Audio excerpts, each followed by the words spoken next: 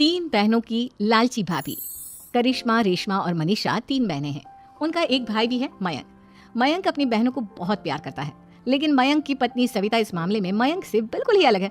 वो अपनी ननदों का जितना बुरा कर सकती है उतना बुरा करती ही रहती है और अपनी ननदों पर हुक्म भी चलाती है। करिश्मा, करिश्मा, तुमने अभी तक नाश्ता नहीं बनाया? तुम्हारे भैया को ऑफिस जाने में देर हो रही है। हाँ भाभी, बस अभी बनाती हूँ। करिश्मा, तुम ये ढीलापन छोड़ दो। कल को पराये घर जाना है। वहाँ अगर तुम इस तरह से काम करोगी तो लोग क्या कहेंगे कि माँ ने और भाभी ने कुछ सिखाया नहीं। और तुम्हारी दोनों बहनें कहाँ हैं? अब रेशमा मार्केट गई है और मनीषा सो रही है। क्या? सुबह के 8 बज रहे हैं और ये महारानी अभी भी सो रही है? ये कहते हुए सविता अपनी सास दुर्गा देवी के पास जाती है। माँ जी, देख रही हो अपनी बेटियों के तौर तरीके? क्या हुआ बहू, सुबह सुबह क्या कर दिया मेरी बेटियों ने? अरे एक तो अभी अभी उठकर किचन में गई है, दूसरी सुबह सुबह बाहर चली गई और तीसरी अभी तक सो रही है। क्या करूं मैं इन तीनों का, मैं तो परेशान हो गई हूँ। जा जाकर उठा उसे और रेशमा से मैं बात करती हूँ। सविता सीधा मनीषा के कमरे में जाती है और उससे कहती है, महारानी जल्दी उठो, सूरज सर पर आ गया है। भाभी थोड़ी देर और सोने दो ना, मैं रात को लेट सोई थी। वो क्या ना, यूनिट टेस्ट चल रहे हैं। शराफत से उठती है या नहीं, या फिर पानी की भरी बाल्टी डालूं तेरे ऊपर? नहीं नहीं भाभी, मुझे बिस्तर में नहीं नहाना, उठती हूँ मैं। मनीषा जल्दी से उठकर बाथरूम में चली जाती है। सभी आराम से बैठकर नाश्ता कर रहे होते हैं कि तभी रेशमा बाजार से हाथ में सामान लिए आ जाती है।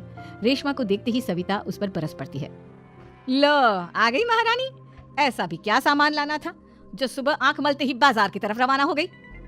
भाभी, कल आप ही तो चीख रही थी कि घर का सारा सामान मुझे ही लाना पड़ता है, घर में किसी को भी किसी काम से कोई लेना देना नहीं है। अब मैं बाजार जाकर सामान ले आई तो आपको इस बात से भी तकलीफ हो रही है?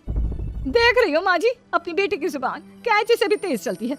और मयंक, आप तो कुछ कहेंगे नहीं अपनी लाडली बहन को। रेशमा, अपनी भाभी से ऐसे बात नहीं करते। चलो माफी मांगो। भैया, मैं क्यों माफी मांगू? आप भाभी से बोलिए ना कि हम पर कम हुक्म चलाया करे। हम इस घर की बेटियां हैं और आपकी पत्नी की ननद है, नौकरानी नहीं। लो कर लो बात। इनकी भलाई के लिए कुछ भी बोलो तो इन्हें बुरा लग जाता है। इस घर में यही इज्जत है मेरी। देख लो माँ जी, आपकी बेटी किस लहजे में मुझसे बात कर रही है। सविता वहाँ से चली जाती है। मयंक को बहुत गुस्सा आता है, वो भी वहाँ से चला जाता है। फिर करिश्मा रेशमा को समझाती है, रेशमा, तुम्हें भाभी से माफी मांग लेनी चाहिए थी ना। लेकिन दीदी, मैंने कुछ किया ही नहीं, तो मैं माफी क्यों मांगू? हाँ करिश्मा दीदी, रेशमा दीदी जैसी ही घर में आई भाभी ही उन पर चिल्ला रही थी। हाँ, मैं मानती हूँ कि गलती भाभी की थी। मैं तो इसलिए बोल रही हूँ कि भाभी ने माँ को तो पूरी तरह अपने वश में कर लिया है। वो हमारी बात सुनती ही नहीं। मयंक भैया हमारे लिए हमेशा खड़े रहते हैं, इसलिए उनकी बात का मान तो तुम्हें रखना चाहिए था ना। कोई फायदा नहीं दीदी, कुछ दिनों की बात और है, भाभी उन्हें भी हमारे खिलाफ भड़का देंगी। फिर वो भी माँ की तरह हमारी किसी बात का विश्वास नहीं करेंगे। इसी तरह सविता अपनी तीनों ननदों को किसी न किसी बात पर परेशान करती रहती थी। एक दिन मयंक अपनी तीनों बहनों के लिए गिफ्ट लाया। करिश्मा, ये तुम्हारे लिए हार का सेट। रेशमा, तुम्हारे लिए सुंदर सी ड्रेस। और मनीषा, तुम्हें किताबें पसंद है ना, तुम्हारे लिए किताबें लाया हूँ। थैंक यू भैया। थैंक यू भैया। थैंक यू भैया।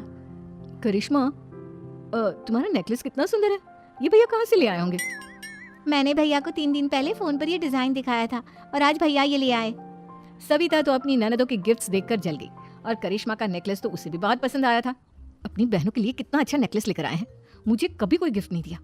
मैं आज ही ये हार चुरा लूंगी। रात में सविता करिश्मा का हार चुरा लेती है और इसी तरह उसे अपनी ननदों की जो भी चीज अच्छी लगती वो उसे मांगती नहीं, बल्कि रात के अंधेरे में चुरा लेती। इसी तरह दिन बीतते गए और सविता ने मयंक के दिल में भी उसकी बहनों के लिए नफरत पैदा कर दी। एक दिन मयंक ने करिश्मा और रेशमा के लिए रिश्ता देखा और ये बात उसने घर में सबको बताई। माँ, करिश्मा और रेशमा के लिए बहुत अच्छा रिश्ता आया है, वो लोग कल इन्हें देखने आ रहे हैं। आप और सविता मिलकर सारी तैयारी कर लेना। ये सुनकर करिश्मा और रेशमा खुश हो जाती हैं, लेकिन सविता सोचती है, अगर इन दोनों बहनों की शादी हो गई तो घर और बाहर का काम कौन करेगा? मनीषा तो 1 नंबर की कामचोर है, उससे तो किसी बात की उम्मीद लगाना ही बेकार है। मुझे इस शादी को रोकना होगा। अगले दिन सभी लड़के वालों के स्वागत की तैयारी करने में लगे होते हैं। तभी मयंक अपनी बहनों से आकर कहता है, तैयार हो गई तुम दोनों? देखो, दोनों लड़के बहुत अच्छे हैं, मैं कोई कसर नहीं छोड़ना चाहता, इसलिए तुम उनके सामने अच्छे से बिहेव करना और अपनी भाभी से लड़ने मत लग जाना। करिश्मा, तुम वो नेकलेस पहन लो ना जो मैं तुम्हारे लिए लाया था। भैया, मैं बहुत देर से वो नेकलेस ढूंढ रही हूँ, लेकिन मुझे मिल ही नहीं रहा। क्या तुमने नेकलेस खो दिया? तुम्हें पता भी है वो कितना महंगा था, तुम कोई काम ढंग से नहीं कर सकती। मयंक गुस्से में वहां से चला जाता है। थोड़ी देर बाद लड़के वाले भी आ जाते हैं। वो दोनों बहनों को पसंद कर लेते हैं और रिश्ता पक्का हो जाता है।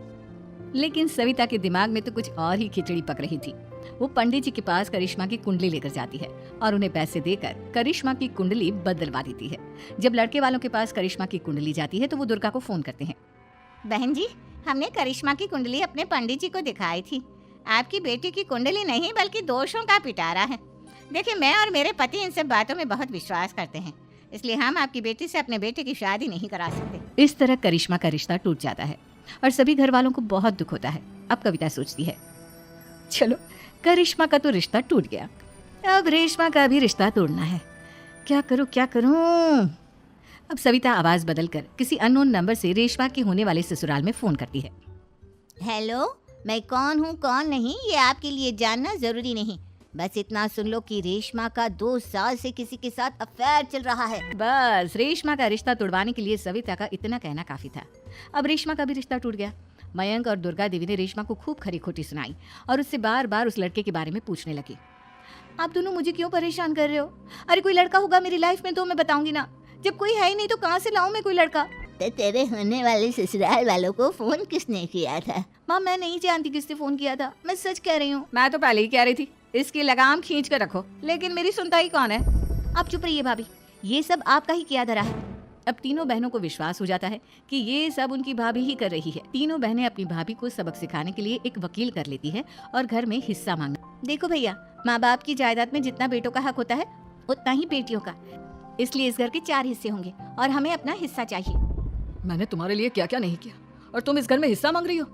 भैया, आप और माँ हम बहनों की कोई बात नहीं सुनते हो और भाभी हमारी शादी नहीं होने देगी क्योंकि उन्हें लगता है कि आप हमारी शादी में ज्यादा पैसा लगाओगे और उन्हें हम जैसी फ्री की नौकरानी कहाँ मिलेगी। तो हम भाभी के साथ तो रह नहीं सकते, हम बहनों को अपना हिस्सा चाहिए। अरे तुम्हें शर्म आनी चाहिए अपनी भाभी पर ऐसा इल्जाम लगाते हुए। वो तुम्हारे बारे में कितना सोचती है। हाँ माँ, भाभी हमारे बारे में बहुत सोचती है, दिन रात बस यही सोचती रहती है कि किस तरह से अपनी तीनों ननदों को परेशान करूं और कभी मुझे पढ़ने भी नहीं देती। दोनों बहनों का रिश्ता भी तो इन्होंने ही तोड़वाया है और रात में हमारे कमरे में आकर हमारी चीजें भी चुराती हैं। इसी तरह सविता की तीनों ननदें अपनी बात पर अड़ी रही। अब कोर्ट में तारीख भी शुरू हो गई। जब सविता को लगा कि उसकी तीनों ननद इतनी आसानी से नहीं मानने वाली, तो उसने अपने पति और सास को सारी सच्चाई बता दी और अपनी तीनों ननद से माफी मांगी। मयंक और दुर्गा को भी अपनी गलती का एहसास हो गया। अब सविता खुद करिश्मा और रेशमा के लिए अच्छा रिश्ता ढूंढती है और उनकी शादी करवाती है।